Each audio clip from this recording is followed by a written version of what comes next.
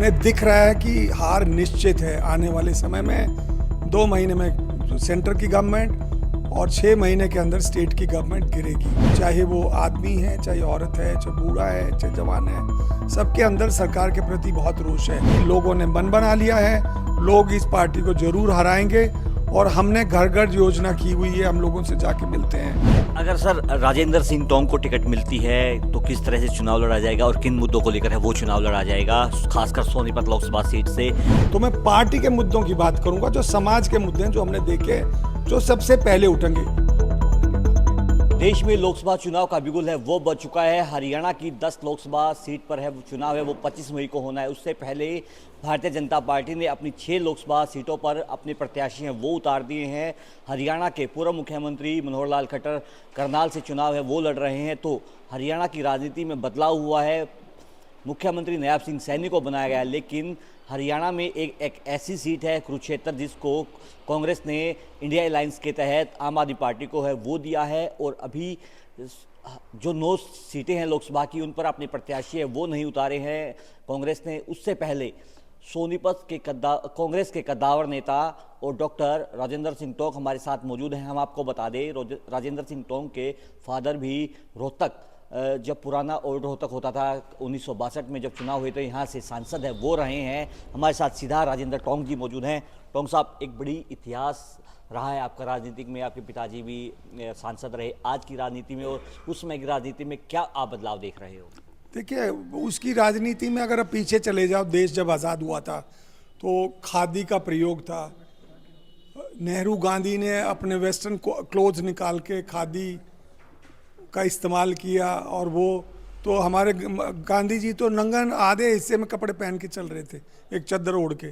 तो वही जो कैरेक्टरिस्टिक जो चीज़ें थी वो उस टाइम के नेताओं के अंदर थी। सादगी, कम खर्चा, लोगों से सीधा संपर्क करना, बात करना, उनके साथ घंटों बैठना, उनको अपने घर पे आए तो बैठ के फिर दोबारा से बात, और उनके साथ चले जाना किसी काम के लिए हर एक जगह।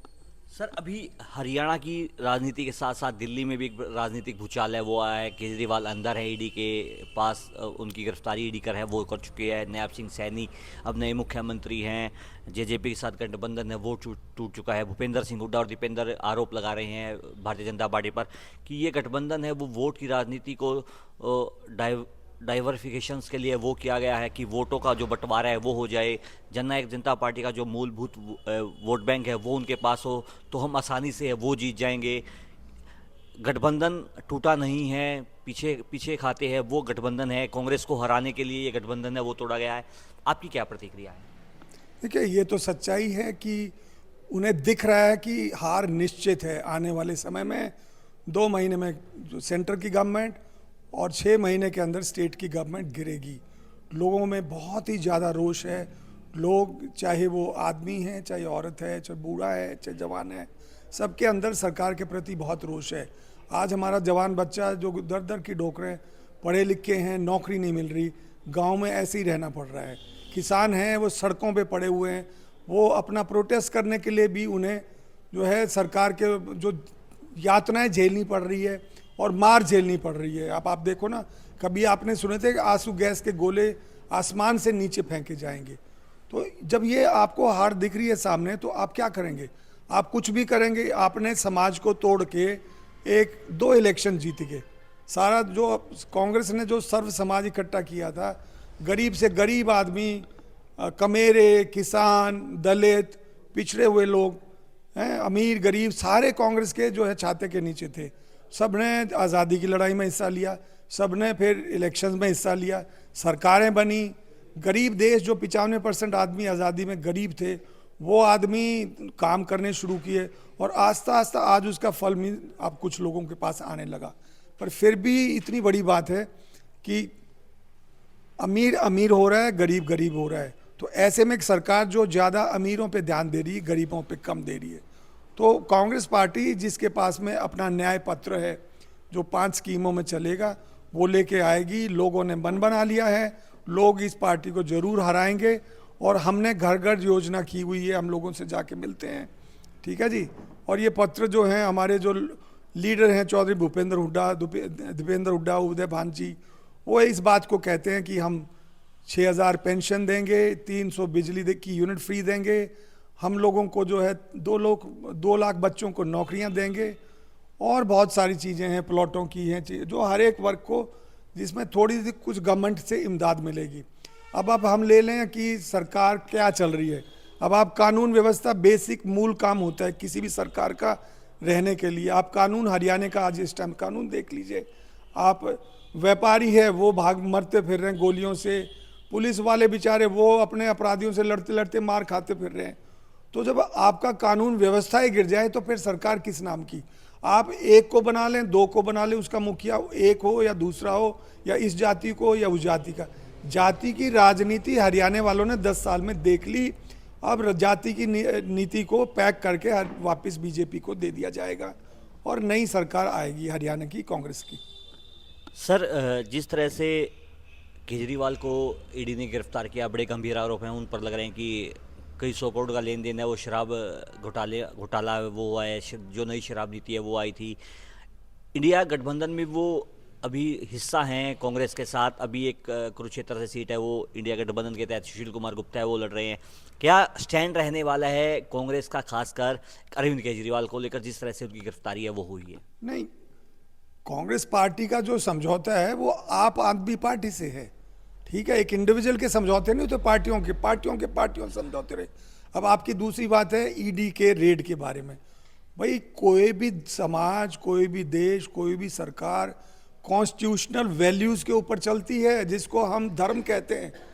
राज्य धर्म होता है जिसके इंस्टीट्यूशंस को आपको रखना होता है। अगर सरकार के जो इंस्टीट्यूशंस ही उनके जो मददगार बन जाएंगे, चाहे वो ईडी है, सीबीआई है, ठीक है, और पुलिस है, वो पीटने लगेंगे, लोगों को डंडे मारेंगे, तो फिर बचेगा क्या? इसी चीज़ के लिए तो सरकार बनाई जाती है। तो मेरे को नहीं लगता कि ये अब आरोप लगे हैं ना, आरोप को तो जब ही आप मानोगे जब वो हमारे ऊपर आरोप लगाए 10 साल से। कितने केस इन्होंने कितने कांग्रेसियों को अंदर कर दिया आरोपों के बेसिस पे, एक भी नहीं हुआ। आप 10 साल में बता दीजिए। आज भी मोदी जी कांग्रेस को भ्रष्ट कह रहे हैं। भाई, आप मुझे भ्रष्ट कह के खुद थोड़ी आप सफेद कपड़े पहन के घूमेंगे। आप भी तो वही काम कर रहे हैं, तो आप भी वही कर रहे हैं जो मैं कर रहा हूं। तो ऐसा नहीं होता कि आप आरोप लगा दें और किसी को पकड़ लें। आरोप जब सबूत होंगे साबित कोर्ट में, जब आप हमसे पूछिए क्वेश्चन, साहब ये ऐसा ऐसा कर रहे थे। सर, अभी सोनीपत लोकसभा सीट, जब हम 2019 का लोकसभा चुनाव है वो देख रहे थे, हॉट सीट थी। हरियाणा के पूर्व मुख्यमंत्री भूपेंद्र सिंह हुड्डा यहाँ से रमेश कौशिक से लगभग 1,62,000 वोटों से है वो हारे। रोहतक सीट कांग्रेस हारी, लगभग सभी 10 की 10 सीटें हार गई थी। लेकिन जो हॉट सीटें थी रोहतक और सोनीपत, जिसे भूपेंद्र सिंह हुड्डा का गढ़ कहा जाता था, उसमें बड़ी मार है वो खानी पड़ी। क्या रहने वाला है, क्या अब की बार किस मजबूती से, क्या कोई नए चेहरे आएंगे, या फिर भूपेंद्र सिंह हुड्डा और दीपेंद्र हुड्डा तो वहाँ से चुनाव की बिगुल है वही बचा चुके हैं कि केवल दीपेंद्र के नाम पर ही चर्चा है वो हो रही है। यहाँ पर किस शख्स को टिकट है वो दी जा सकती है? क्या कोई इसी नाम पर आपकी कोई चर्चा है वो आला कमान से हुई है? देखिए, मैं तो एक छोटा सा कार्यकर्ता हूँ कांग्रेस का। अब किसकी हो रही है ये तो है पार्टी बताएगी। मेरा काम है कि खेत के क्षेत्र के अंदर काम करने की बात। अब आपने कहा कि भूपेंद्र सिंह हुड्डा जी, हार जीत तो पॉलिटिक्स का एक हिस्सा ही है, तो उसमें पर मैं ये कहूँगा ये एक हमारे समाज की भी हार थी, सर्व समाज की। क्योंकि आपने जीत किस बेसिस पे आपने जीत करी? जीत आपने करी एक समाज के एक हिस्से को अलग कर दिया, दूसरों को चिपटा दिया। ये बीजेपी की जो गोरों की जो राजनीति थी, कभी डिवाइड एंड रूल की, वही बीजेपी आज बहुत अच्छे तरीके से अप्लाई कर रही है समाज के अंदर।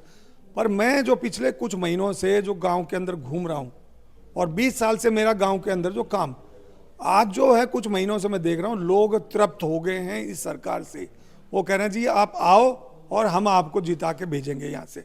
अगर सर राजेंद्र सिंह टोंग को टिकट मिलती है तो किस तरह से चुनाव लड़ा जाएगा और किन मुद्दों को लेकर है वो चुनाव लड़ा जाएगा, खासकर सोनीपत लोकसभा सीट से? क्योंकि बड़े बड़े धुरंधर हैं वो यहाँ से धाराशाही है वो हो चुके हैं, देवीलाल, भूपेंद्र सिंह हुड्डा, कई बड़ी लिस्ट, कई बड़े नामों की लिस्ट है यहाँ से जो चुनाव है वो हारी। लोकसभा के चुनाव की बात करें या फिर विधानसभा चुनाव की बात करें, आपका क्या मुख्य मोटिव है वो रहेगा? आप किस तरह से चुनाव है वो लड़ोगे? देखो, क्योंकि मैं इस टाइम कैंडिडेट नहीं हूँ तो मैं पार्टी के मुद्दों की बात करूंगा, जो समाज के मुद्दे हैं, जो हमने देखे, जो सबसे पहले उठेंगे। एक डॉक्टर होने के नाते मेरे सामने आपका स्वास्थ्य, आपकी शिक्षा, आपकी सफाई, सैनिटेशन, ये सबसे बड़े इंपॉर्टेंट है गांव के अंदर, राइट। अब ये है कि और मुद्दे हैं, जैसे बेरोजगारी का मुद्दा बहुत बड़ा मुद्दा है, सबसे बड़ा मुद्दा है। वो उस बेरोजगारी पे सरकार लेके आ रही है कि 1 लाख का जो है बच्चों को अप्रेंटिस का वो पैसा देंगे। इसी तरह औरतों को 1 लाख रुपए, जो गरीब घर में औरतें हैं, एक इंडिविजुअल को उसके ऊपर महालक्ष्मी करके एक वो स्कीम में 1 लाख रुपया साल का देंगे। तो ये तो गरीबी पॉइंट से, घर को मजबूत करने के लिए बिजली की 300 यूनिट, पेंशन जो बुजुर्गों को जो 60 साल से ऊपर के हैं 6,000 की पेंशन, और सिलेंडर जो है जिसके ऊपर बीजेपी वाले मटका करते दिखाया करते, कांग्रेस का मजाक उड़ाते थे, आज वही सिलेंडर हम वापस जो है 500 रुपये में लेके आएंगे। तो इस तरीके से सुरक्षा होगी, शिक्षा होगी, सेहत होगी, नौकरी होगी। अब आज हमारे समाज में एमएसपी जो है, किसान जो बैठे हुए हैं, सबसे बड़ा मुद्दा है एमएसपी का। एमएसपी के ऊपर सुब्रमण्य जो स्वामीनाथन कमेटी की जो रिपोर्ट थी, उस रिपोर्ट को लेटर ऑफ स्पिरिट में कांग्रेस करेगी, कांग्रेस ही लेके आई थी, कांग्रेस ने वो कमेटी बनाई थी, कांग्रेस ही वादा करती है इसको पक्का करेगी। हम वो वादा नहीं है कि हम आपको 5 महीने में दुगनी कर देंगे, हम वो वादा नहीं है कि 5 महीने में आपको जो है आते ही आपको 15 लाख दे देंगे, हमारे वो वादे नहीं है। सर मेरा आपसे लास्ट सवाल, भारतीय जनता पार्टी की सरकार किस तरह से वो काम कर रही है, आपका भारतीय जनता पार्टी की सरकार पर लास्ट हम कमेंट है वो चाहेंगे। देखिए, ये तो जो है बहरूपिये हैं, ये चेहरे बदल रहे हैं, सोच रहे हैं कि जो लोगों को बहका लेंगे, ऐसा नहीं होने वाला। लोगों ने माइंड बना लिया है, और 10 साल को छोटा टाइम नहीं होता किसी भी स्टेट के अंदर, बहुत बड़ा टाइम होता है। 3 करोड़ आदमी 10 साल मतलब 30 करोड़ आदमियों के साथ में जो ये एक छला हुआ है, खेल हुआ है, अब इसका अंत होने वाला है, ये सरकार जाएगी। देखिए, राजेंद्र सिंह टोंक हमारे साथ मौजूद थे, उन्होंने साफ तौर पर कहा कि 10 साल में जो भारतीय जनता पार्टी की सरकार ने हरियाणा की जनता के साथ, देश की जनता के साथ जो दुर्व्यवहार किया है, उससे स्पष्ट लग रहा है कि अब की बार केंद्र में कांग्रेस और हरियाणा में भी कांग्रेस सरकार बनाने जा रही है। अधिक जानकारी के लिए बने रहिए पंजाब केसरी के साथ। मैं हूं आपके साथ सनी मलिक। हमसे जुड़े रहने के लिए हमारे YouTube चैनल को सब्सक्राइब करें और नई वीडियो की नोटिफिकेशन के लिए बेल आइकॉन को दबाएं। अगर आप ये वीडियो Facebook पर देख रहे हैं तो लाइक जरूर करें और ज्यादा से ज्यादा शेयर करें। धन्यवाद।